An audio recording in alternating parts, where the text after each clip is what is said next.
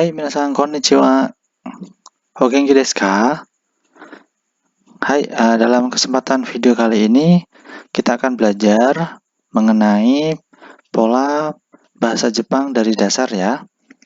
Buat kalian yang ingin belajar otodidak, subscribe channel ini, nyalakan loncengnya supaya kalian tidak ketinggalan konten-konten mengenai tutorial belajar bahasa Jepang otodidak dari dasar. Oke? Baik, jadi untuk belajar bahasa Jepang, kalian atau teman-teman diharuskan, emang diwajibkan ya, bisa membaca hiragana dan katakana. Itu syarat wajib ya. Jadi di sini sensei tidak akan menampilkan untuk huruf romaji atau alfabetnya. Jadi murni hiragana, katakana, dan kanji. Oke. Kita akan memasuki ke pola yang pertama, di mana dalam bahasa Jepang itu ada beberapa atau banyak sih, bisa dibilang banyak partikel atau kata penghubung. Yang pertama kita akan belajar mengenai fungsi partikel wa. Di sini hurufnya H, namun dibaca wa. Mungkin sudah familiar ya. Kita baca untuk yang kalimat pertama, watashi wa Maiku Mira desu. Watashi wa Maiku Mira desu. Saya adalah Mike Miller. Nah, pola partikel wa ya, nani wa, nani des, titik-titik wa, titik-titik des. Ini polanya sangat simpel, tetapi bisa digunakan untuk berbagai konteks dalam bahasa Jepang.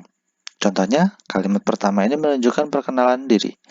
Watashi wa Maiku Mira desu. Misalkan nama kalian, silakan disebutkan masing-masing ya di sini. Misalkan ya nama sensei ya, watashi wa Nanang desu. Watashi wa Ari desu, watashi wa Eko desu, dan sebagainya. Oke, itu untuk menyebutkan nama. Yang berikutnya, di sini nama bisa diganti dengan pekerjaan. Di sini ada contohnya kaishaing. Kebetulan sensei mengadopsi buku Minano Nihongo ya. Jadi minasan kalau mau belajar di channel sensei mungkin bisa mengikuti buku Minano Nihongo. Hai. Dan di situ ada dari kosakatanya, silakan dihafalkan sendiri.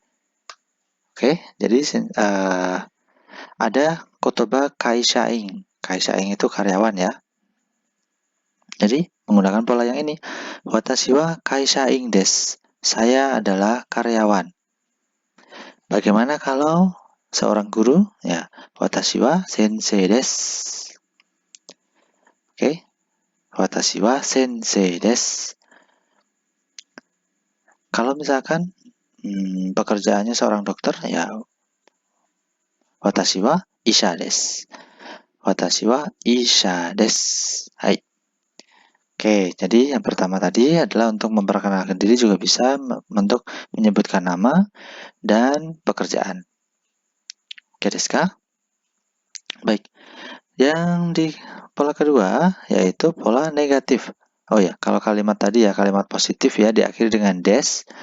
Fungsi des di sini untuk memperhalus kalimat dan untuk mengakhiri kalimat bahasa Jepang diakhiri titik des. Oke.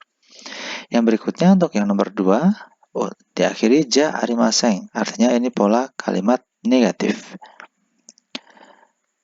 Watashi wa karusumi to ja arimasen. Sini saya kalimatnya, watashi wa karusumi to ja arimasen. Saya bukan Carl Smith.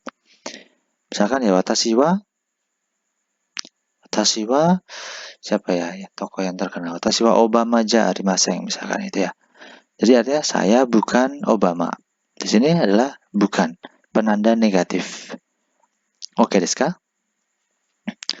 Yang berikutnya, watashi wa engineer ja arimasen. Oke, engineer itu adalah insinyur. Sebentar, sensei tulis di sini. Engineer itu insinyur ya.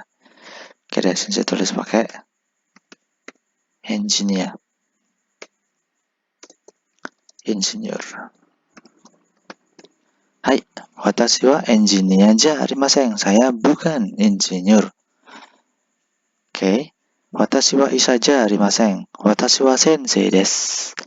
Saya bukan dokter. Saya seorang guru. Tapi di Jepang itu dokter bisa disebut juga dengan sensei.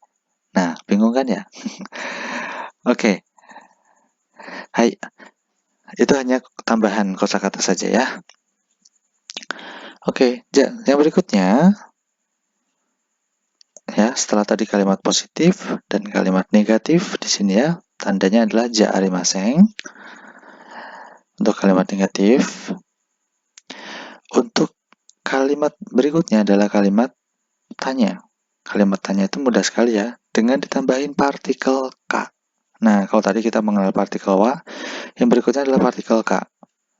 Partikel ka itu yang pengganti tanda tanya dalam bahasa Indonesia. Oke. Ada kalimat anohito atau anokata, pilih salah satu. Anohito itu orang itu, kalau anokata ya beliau ya, lebih sopan. Anohito wa Kimura-san desu ka? Apakah orang itu Pak Kimura? Nah, untuk akhiran sang ini untuk apa ya? Gelar ya, kalau dalam bahasa Inggris mungkin Mr, Mrs, Miss. Tapi kalau dalam bahasa Indonesia ya Pak, Bu, Pak Le, Bule, Mamang, Teteh, dan sebagainya. Jadi simpel, bahasa Jepang cukup pakai sang untuk memperhalus atau apa ya, menghormati gelar lawan bicara. Anohito wa Kimura-san desu ka? Apakah orang itu Kimura-san? Nah, ada lagi. Anohito wa Maria-san desu ka? Apakah orang itu Maria-san? Hai. Nah, untuk bertanya, karena di sini ada orang, di sini adalah untuk orang ya, menggunakan kata dare. Hoi. Ano kata wa donata desu ka? Atau ano hito wa dare desu ka? Itu sudah paket ya. Kalau hito ya dare, kalau kata ya donata. Hai. Orang itu siapa? Beliau itu siapa? Tinggal dijawab. Ano kata wa Kimura-san desu. Kembali ke kalimat positif. Oke. Ano kata wa donata desu ka? Ano kata wa Kimura-san desu. Ano kata wa Edi-san desu. Dan sebagainya.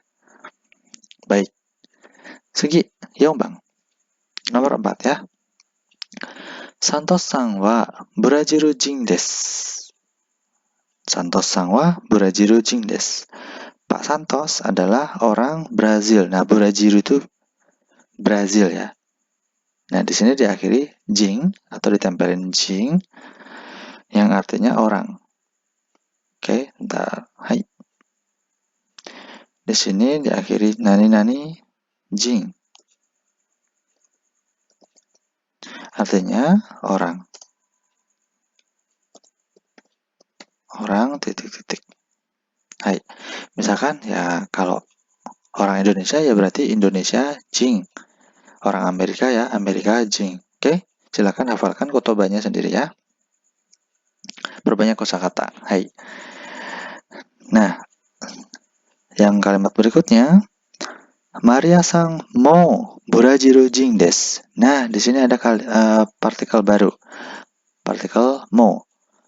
Maria-san mo Brazilu jin desu. Nah, di sini jika ada kedua predikat yang sama, nah tadi sensei belum apa? Di sini lupa ngasih tahu bahwa di sini predikat ya. Gampangannya gitu. Kalau dalam pemula ya di sini predikat lah, subjek predikatnya itu ya.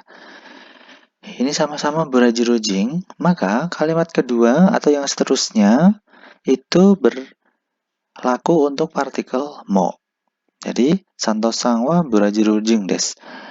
Maria-san mo Brazilu jing desu. Ano hito mo Brazilu jing desu. Oke? Bagaimana kalau di sini tidak Brazilu jing? Ya, berarti tidak berlaku untuk partikel mo. Ano hito wa. Nah, itu kembali ke partikel wa. Ano hito wa Indonesia jing desu. Contoh simpelnya kayak gini. Watashi wa Indonesia jin desu. Agnes Monica-sang mo Indonesia jin desu. Anata mo Indonesia jin desu ka? Apakah Anda juga orang Indonesia? Oke. Hai, so desu. Watashi mo Indonesia jin desu juga bisa. Oke. Hai. Jadi partikel mo sensei ulangi untuk artinya juga ataupun di sini kalau ada predikat ya, kata beda yang kedua di sini jika sama-sama berarti berlaku untuk partikel mo untuk kalimat kedua. Hai. Pola kelima. Gobang, Minasan wa IMC no shain desu. Nah, shain di sini adalah karyawan ya. Loh, sensei, kalau yang di atas tadi adalah kaishain. Nah, di sini adalah kaishain. Bedanya apa? Nah, kalau kaishain ini untuk menyebut ya diri sendiri. Oh, ini kebablasan kecorean. Untuk menyebut diri sendiri. Sedangkan shain di sini ini jika diikuti oleh lembaganya. Artinya karyawan dari titik-titik. Oke. Di sini ada partikel baru no ya, bukan mo ya. Mo tadi udah kita bahas. No di sini adalah untuk dalam bahasa teorinya sih dulu waktu sensei kuliah itu katanya untuk menyatakan satuan, bagian dari satu kesatuan. Nah kan ribet kan? Bagian dari satu kesatuan. Ini bagiannya apa? Dari satu kesatuan. Ya kayak PT, sekolah, lembaga dan sebagainya, instansi dan sebagainya. Nah, bahasa teorinya kayak gitu. Oke. Jadi kalau misalkan di sini nama rumah sakit ya di sini sebagai dokternya kah, sebagai satpamnya kah, sebagai mantri suntiknya kah, sebagai cleaning service-nya kah dan sebagainya. Kalau di sini perusahaan ya di sini berarti sebagai saconya kah atau presiden direktur, sebagai karyawannya kah, sebagai security-nya kah dan sebagainya. Oke. Jabatannya, gelarnya apa gitu. Oke, bagiannya apa? Oke. Contoh yang kedua, Karina-san wa. Ini wa-nya tinggal turunin gini ya. Karina-san wa Fuji Daigaku no gakusei desu. Saudara Karina, dari belakang ya mengartikannya, siswa atau pelajar dari Fuji Daigaku, Universitas Fuji. Ini hanya perumpamaan. Oke. Kalau dari Universitas Indonesia ya Indonesia Daigaku no gakusei desu. Oke. Desu ka? Wakarimashita ka? Sudah mengerti? Jadi dibalik ya polanya.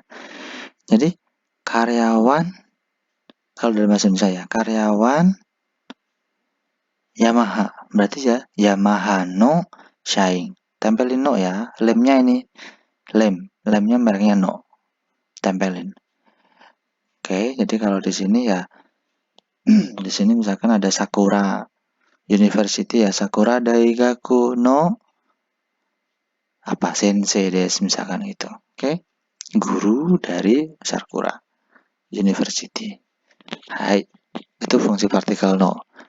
Nanti kita lanjut lagi untuk fungsi partikel no yang berikutnya. Ini dipahami dulu. Desu ka? Hai. Yang terakhir untuk pola umur nih ya.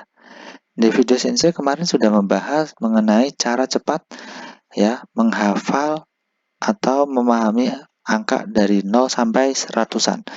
Silahkan dilihat di situ videonya. Dan di sini kita akan bahas untuk usia. Usia dalam bahasa Jepang itu diakhiri oleh sai. Oke, sai. Nah, dalam bahasa Jepang ya itu ya bukan bahasa Indonesia ya. Oke, Teresa-chan wa 9 sai desu. Teresa-chan, oh ya, di sini ada baru nih, Chang. Chang di sini untuk apa ya? Perempuan atau anak kecil, biasanya sih perempuan. Oh, dipanggilnya Chang ya, selain kalau Sang itu terlalu formal ya. Makanya ada Shinchan kayak gitu ya, pakainya Chang. Tapi bukan hanya untuk perempuan saja, laki-laki yang misalkan kalau pacaran dan kalian sudah akrab ya namanya pacar ya, itu bisa dipanggil Chang. Oke. biar terkesan imut kayak gitu. Kyusai desu. Nah, kalau 9 tahun kan masih anak-anak ya, panggilan Chang. Taro kung. Nah, kung ini untuk penanda yang anak laki-laki. Kalau yang Chang itu biasanya perempuan ya umumnya. Taro kung wa hasai. Ini hasai ya. Bukan hajisai loh, tapi pengecualian. Hasai. Hasai. Ada isai, nisai, sangsai, yongsai, gosai, rokusai, nanasai, hasai, kyusai, dan jusai. Jusai, oke? 10 tahun. Dan seterusnya, tinggal diikuti angkanya. Oke? Jadi untuk kata tanya umur nih, pakainya nansai atau oikutsu. Ya kalau nansai itu ya umur berapa, kalau oikutsu itu ya usianya berapa, lebih sopan, lebih formal ya. Hanata wa, nah di situ juga bisa nih. Minasang wa juga bisa. Hanata wa nansai. Nah desnya ini turun. Hanata wa nansai desu ka gitu. Hai, nansai desu ka. Kamu usianya berapa? Hanata wa oikutsu desu ka? Nah ini kalau misalkan kita baru kenal sama orang Jepang, pertama kali ketemu ya pakai oikutsu desu ka? Anda usianya berapa? Kayak gitu. Nah, sampai di sini dulu untuk pertemuan pertama kali ini ya. Ingat partikel yang baru pertama kali ini lumayan banyak ya. Ada wa, ada ka, ada mo, dan no. Ada 4 partikel yang kalian harus kuasai di bab pertama. Ini sih bukan bab ya, untuk di materi dasar kali ini ya. Oke, silakan di fukushu atau ulangi kembali fungsi-fungsi dari partikel-partikel tersebut di atas. Hai. Ja, buat kalian yang masih pemula, ya ikuti terus channel Sensei. Mudah-mudahan channel ini bermanfaat buat kalian yang pengen belajar bahasa Jepang secara otodidak, atau kalian pengen ya magang ke Jepang atau bekerja atau kuliah ke Jepang. Oke, nanti akan Sensei share untuk tutorial belajar bahasa Jepang yang simple, yang mudah dipahami buat otodidak. Hai, jangan lupa klik tombol subscribe dan bagikan ke media sosial atau teman-teman kalian jika merasa channel ini bermanfaat. Sayonara, arigatou gozaimashita.